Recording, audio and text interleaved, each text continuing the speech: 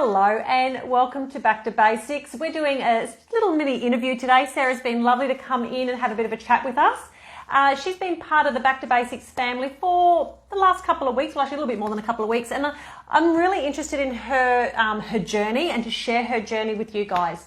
So thank you for coming in and actually having an interview today. Oh, thank you for having me. That's all right, not a problem. So what I'd like to do is just through a chat today is could you share with everyone, how did you feel before you decided, hey, I need to do something about this, before you actually come in to contact me? Can you tell me a little bit about how you were feeling before you came in?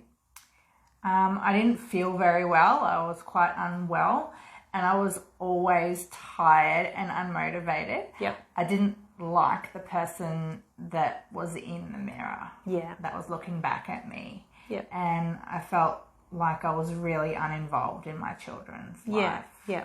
Yeah. Okay. So you had that uncomfortable feeling as well. So when you looked in the mirror, how did you feel when you looked in the mirror? Disappointed with myself, shocked that I'd even let myself get that far, and just really unconfident. Yeah. Okay. So moving in, knowing that you felt uncomfortable, you weren't confident, you weren't being part of your family, you were sort of on the outside looking in. Moving forward now that you've been changing your diet, etc., which we'll talk about in a sec, but can you tell me what's the transition that's happened with you since then? I've felt like I've had somewhere to go. I've had a goal that I have aimed for. Yep. And I've been more involved with my family, and I've included them in my lifestyle. Yep. So you're becoming more active too. I remember you saying to me that you're doing more with them as well. Yeah. I've been involving them in any activities and going out and doing things with them. Yep. And also just actually being at the dinner table and eating together rather than cooking separate meals and being separate. And I remember one of the things when Sarah came in to see me, we discussed about the foods, because I always ask everyone, what are they eating at home?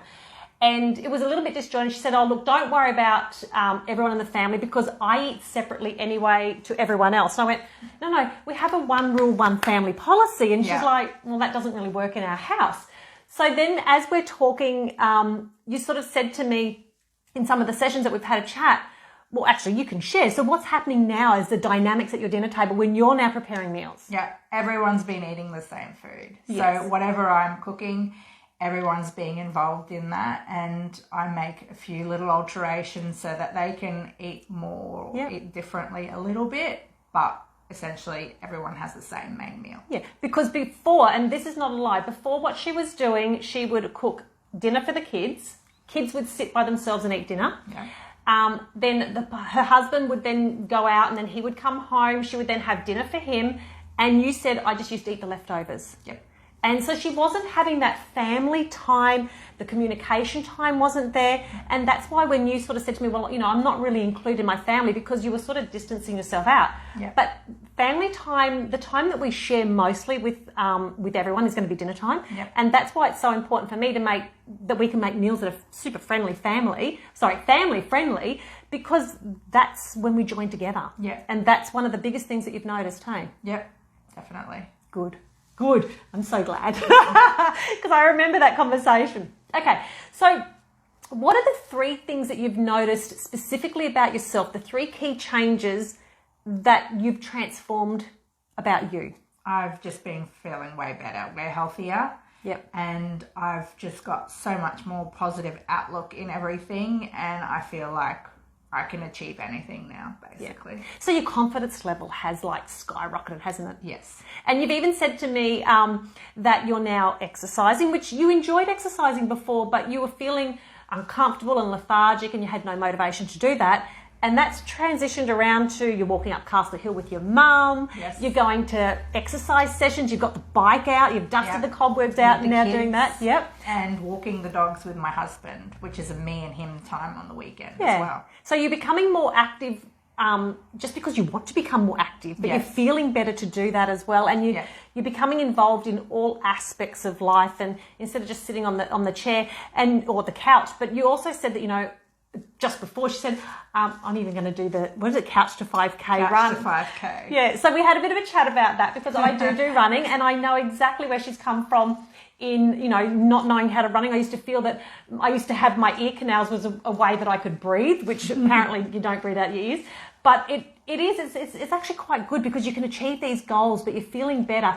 And how much weight have you lost? So you had a goal before you came in. What was your goal on to lose? I wanted to lose around 15 kilos. Yep. And where have you gotten to? I'm sitting at 7.5 kilos lost so far, so I'm halfway there. Correct. And even by being halfway, I mean, you notice within the first 2 weeks how much better you felt. So being that you're halfway through the journey, how do you feel that the program has helped in the transition for you? It's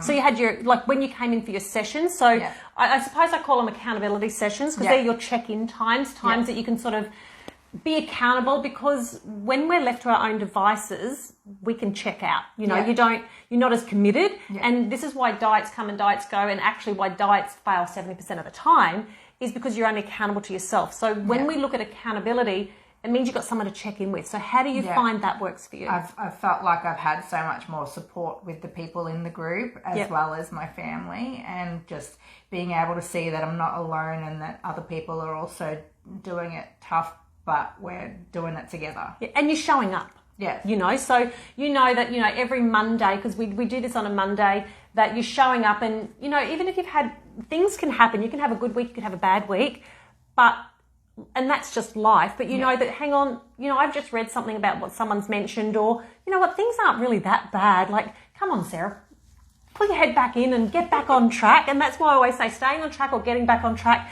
because it's a revolving thing that we have to work with.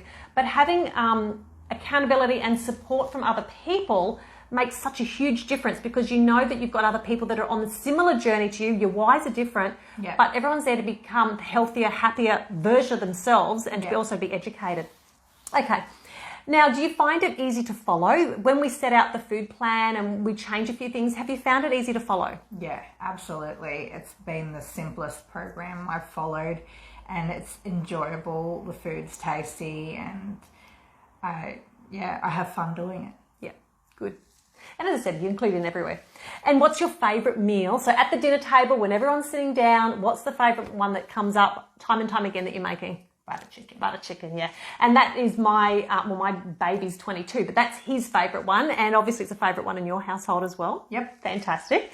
And when we do the group sessions, we have so many different recipes. And what I love is that, you know, I do live cooking sessions as well, but normally when I do a live cooking session, someone normally makes one of the meals that I've made. Yeah. But we can share our experiences. So when someone said, hey, that was a really tasty meal, normally people go in there and make something, hey? Yeah. Okay. Now, do you find, if you were to be able to talk to the old you before you walked in, or say something to even your best friend who's sitting on the sidelines and go, you know what, I'm stuck, I don't feel really comfortable, I need to lose weight, but I don't know what to do, what would you say to someone, or to your old self? Just make the move. Just take that one step and start. Just try. As soon as you start, it's so much easier to follow. Yeah, and taking the first step for some people can be really a big hurdle. Yeah. You know, asking for help can be a really big hurdle as well, hey? And we're also not normally in the happiest place at that particular time. You're normally at your lowest. Yeah. And having that help and support to bring you back up, but also noticing how your foods can make you feel. And I'm sure you've noticed that over time. Definitely. Certain foods make you feel not as comfortable, or you're more aware of how foods make you feel. Yeah. And I find that through this journey, before you would have started, food controls you versus now you being in control of the food and you making the choices. Do I want this or do I not want this? Is it going to make me feel good, or is it not going to work for me? Why bother? Yeah. Yep. Yeah, and the food's still tasty. I don't feel like I'm being left out at all, and I'm enjoying everything. Yeah, that's beautiful. And I was going to say too, so when we look at sizing, because we know that you're exercising now too and you're enjoying it, but we said that, I think I'm just having a look at your figures here, you've come down around about 37 1.5 centimeters from your shaping. But what is fantastic is that all over her body is over 7 centimeters. So when we sort of look at that, you know, on the chest, under your bra, which is the top of under your rib cage, your stomach, your waist, and then we've got your bottom and thighs, but 7 centimeters out, and we did that in a short time frame, really. Yeah. But it made such a huge difference to the way you feel in your clothes, the way you're shopping now. Yeah. You don't mind wearing your leggings. You feel comfy in them. You feel sporty as well. I feel lighter. Yeah. Yeah. Feel lighter. Okay. Well, anyway, thank you for listening to our chat today. It's been really great for you to come in and have a chat with us as well. And I look forward to being part of your journey and continuing on. And we could be sitting back here again in another 7 kilos lighter. I hope so. Okay, thanks everyone. See you later. Bye.